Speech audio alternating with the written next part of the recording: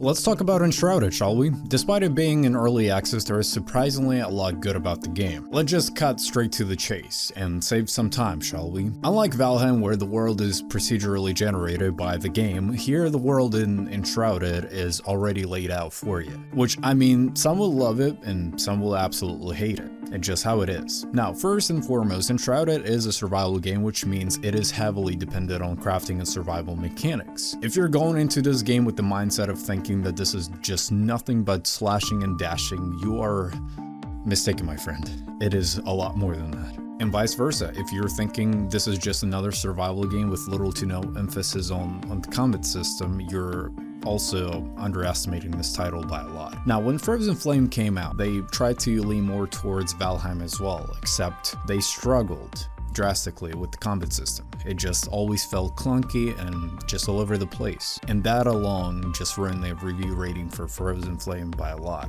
Most players walked away and refused to even come back to it ever since. Now, the combat system in Enshrouded is a strong point and it holds its ground pretty damn well. We'll admit that. Not only does Enshrouded feel polished in combat with its lock-on system, but the dodging and slashing feel is very smooth and very well put together. Developers clearly paid a huge attention to this title when it comes to the combat system. Now, if you ever played any of recent Zelda games, you may notice certain things in Enshrouded are being inspired by it. For instance, as simple as the glider, or just as I mentioned before, lock-on system, let alone its environment. Big tall mountains with traverse landscapes filled with life and death at the same time. Standing on the tall mountain while looking down truly makes you question your entire existence, while at the same time raising a concern for exploration. Playing Breath of the Wild forced me to truly fall in love with exploration, and this game brings that back to a certain extent. Not as strong, but it is certainly here. Now, when it comes to the survival system in Enshrouded, it is literally Valheim and Zelda put together, in a nutshell. Although hungering won't truly affect your life and it will not kill you over time, it will, however, affect your character in the battle or in your exploration. Your stamina won't be as good, your strength will be not optimized, and you will fatigue a lot faster on an empty stomach. You can eat a different variety of dishes and test your water, so to speak, in order to find out what truly works for you and your character. And when it comes to cooking, it's very simple, and again, very much like Breath of the Wild. You can nearly cook anything in the game. Anything that you find, that is. It being a survival game, you do have to pay attention to your temperature meter, and every time you explore the darkest points of the game, you have a timer which creates that extra challenge within your exploration. Basically keeps you on your toes at all times, if you know what I mean. The base building in this game is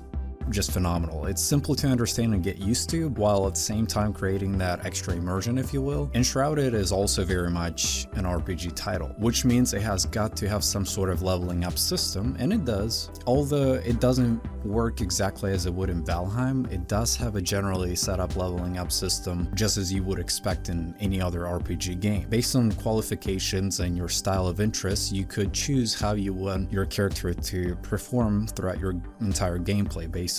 Meaning, do you want him or her to be more sneaky and very tactical in battles, or would you rather play somebody very strong, like a tank for instance, and just scare everybody off, basically? That's when your decisions matter, so to speak. Now, with that being said, something I do have to get off my chest, because I think it has taken me off guard and by a whole lot, is how well the world is put together in this game. Throughout my playtests, I've explored a fairly good amount, and within my time exploring, I've seen things that tell stories. Let me recalibrate that a little bit so it makes sense to you. You get inside of a building that's been clearly abandoned for some time, and you would, without a context, see images that speak louder than just words. There was a room with a skeleton that was lying in bed. By images of it, you can clearly tell that he's been clearly tortured, and just little details like that just make you want to explore even more of the game. There was also a basement that was completely hidden, and it had a crap ton of stash inside of it, but as you make your way down there, you randomly get attacked by a bunch of rats that are just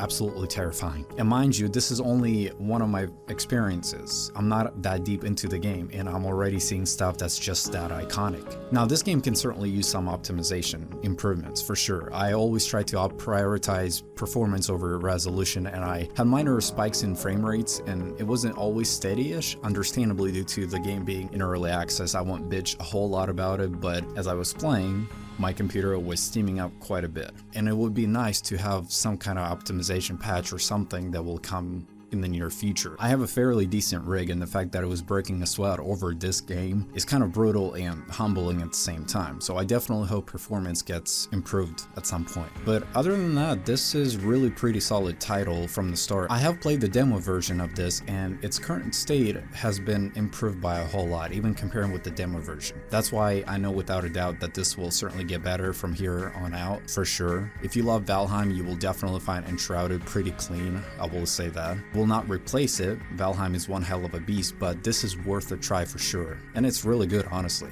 Now, if you are new to this channel, consider subscribing. I do these every week, anything survival related, let's just talk about it. This was your boy Roos, and I'm out. Goodbye.